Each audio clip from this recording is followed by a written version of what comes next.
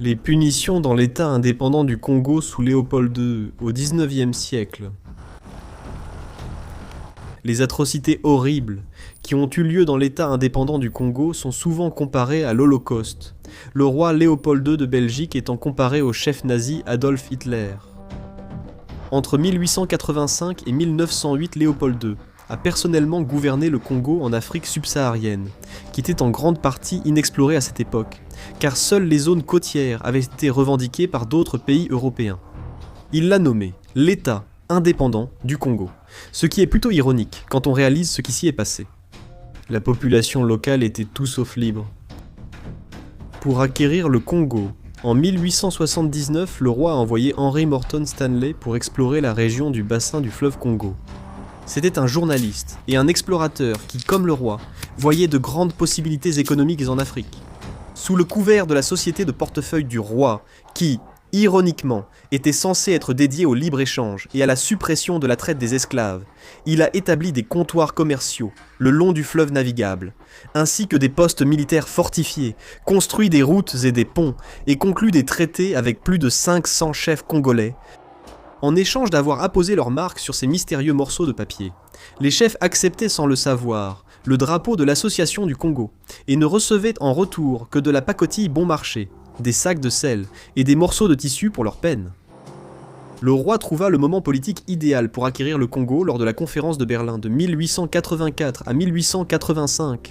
À ce moment-là, de nombreux explorateurs se rendaient en Afrique pour revendiquer de vastes territoires au nom de leur propre pays, ce qui était devenu connu sous le nom de « le partage de l'Afrique » et menait au partage du continent par les grandes puissances. Grâce à une diplomatie habile et rusée, Léopold réussit à s'assurer le bassin du fleuve Congo pour lui-même, et c'est à ce moment-là qu'il renomma le territoire l'État indépendant du Congo. Il était désormais le souverain absolu d'un territoire presque 80 fois plus grand que la Belgique. En plus de cela, il arrivait à un moment technologiquement favorable. Pour consolider sa mainmise sur le Congo, il avait besoin des bons outils. Ces outils, absents pour les anciens colonisateurs, sont aujourd'hui cruciaux. Quelques milliers d'hommes, grâce à ces outils, ont pu dominer un territoire peuplé de 20 millions d'Africains. Le premier de ces outils modernes était l'armement. Les anciens fusils à chargement par la bouche ont été remplacés par les nouveaux fusils à culasse, comme l'Albini, et si les Congolais voulaient résister, ils ne pouvaient obtenir que ces anciennes armes, ainsi que l'arc et la flèche traditionnelle et la lance. Les fusils à culasse étaient bien meilleurs, tiraient plus loin, plus précisément, et utilisaient des cartouches en laiton étanche à chargement rapide. De plus, tirer avec des fusils sous la pluie ne posait plus problème, comme c'était le cas avec les armes à poudre. Deuxièmement, les connaissances médicales étaient tout aussi importantes. Les Européens n'étaient pas habitués au climat tropical et aux maladies qu'il entraînait. Cela entraînait un taux de mortalité très élevé pour eux. Vers 1900, les Européens avaient appris que la quinine était un moyen efficace de lutte contre le paludisme. Des maladies comme le paludisme et l'hématurie étaient mieux comprises.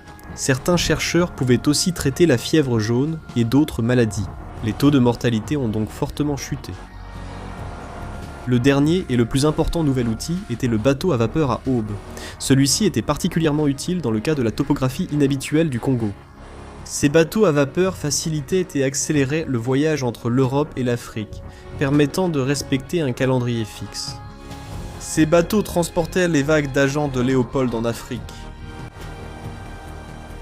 Bien que Léopold ait utilisé les activités des marchands d'esclaves arabes pour justifier son implication au Congo, il a complètement ignoré le fait que l'esclavage était interdit et illégal. Au cours de la dernière décennie du XIXe siècle, l'invention par John Boyd Dunlop en 1887 des chambres à air en caoutchouc gonflable pour bicyclettes et la popularité de l'automobile ont considérablement augmenté la demande mondiale de caoutchouc. Ainsi, cette ruée vers le caoutchouc fut une aubaine pour le roi. Il avait accumulé un grand nombre de dettes à cause de ses investissements au Congo et devait rendre toute cette entreprise rentable. Récolter le caoutchouc sur un arbre, plus rapide et facile que sur une liane, permettait d'augmenter la production et les profits. Pour s'assurer que l'extraction du caoutchouc des EVA soit maximisée, il a mis en place une politique de main-d'œuvre et a pratiquement réduit les autochtones en esclavage. Les critiques appellent cette politique le système du caoutchouc rouge, en référence au sang africain versé à cette époque. Les méthodes comprenaient le vol du bétail et des réserves de céréales des autochtones, les attaquer puis prendre leurs femmes et leurs enfants en otage. Si le quota de caoutchouc exigé était présenté par le chef du district, alors les femmes et les enfants étaient donc revendus à leur famille. Ils devaient être payés 2 chèvres, chacun pour les récupérer. Si un homme refusait de travailler, sa femme pouvait mourir. Si un village refusait de travailler pour les compagnies de caoutchouc, un détachement de la force publique était envoyé pour détruire le village et tuer ceux qui ne fuyaient pas. Les ouvriers devaient donc extraire le caoutchouc, avec un minimum de dépenses dans des conditions terribles. Les agents de Léopold au Congo recouraient au travail forcé et à l'esclavage pour garantir l'atteinte des quotas. En 1885, Léopold a officiellement uni ses agents et mercenaires sous le titre de la force publique. Leur but était de maintenir la loi et l'ordre dans l'état indépendant du Congo. Ces hommes imposaient les quotas de caoutchouc et étaient armés d'armes modernes et du chicotte. C'était un fouet fait de peau d'hippopotame, et il était utilisé pour battre les indigènes pour n'importe quel délit, ou simplement pour leur propre plaisir sadique.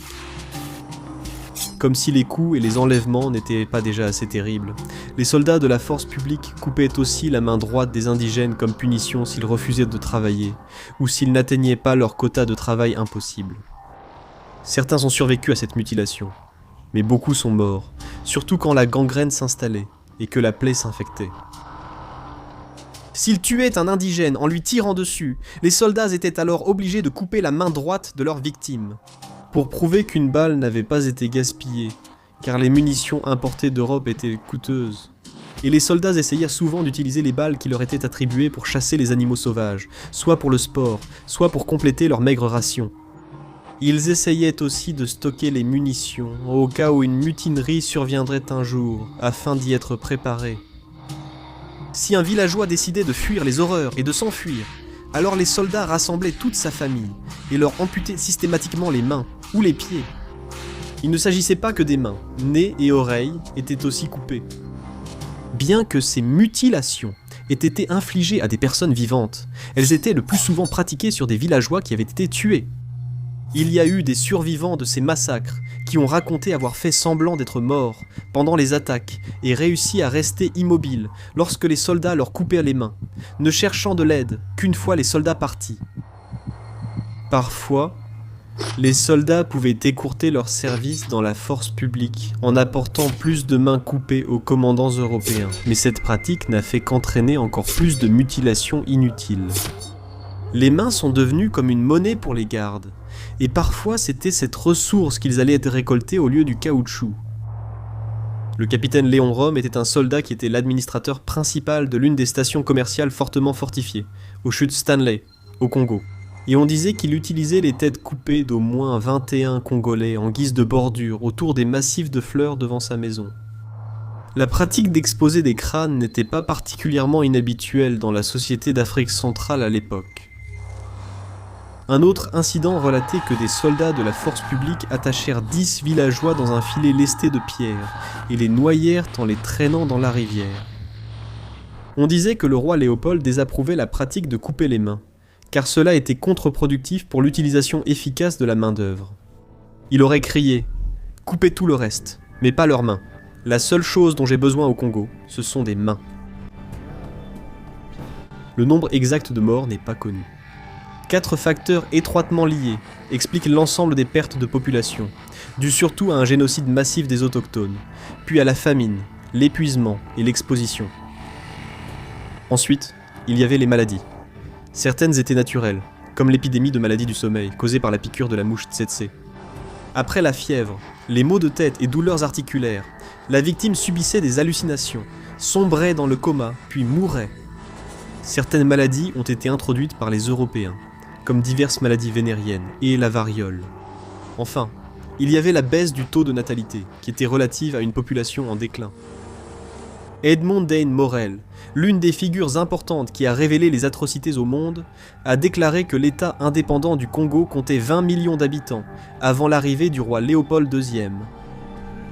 Mark Twain, un écrivain éminent qui a également condamné ce qui s'est passé au Congo, a mentionné le chiffre de 10 millions de morts. Environ la moitié de la population a été décimée durant cette période. Le nombre exact de morts résultant des atrocités de Léopold au Congo est inconnu, mais il s'élève certainement à des millions.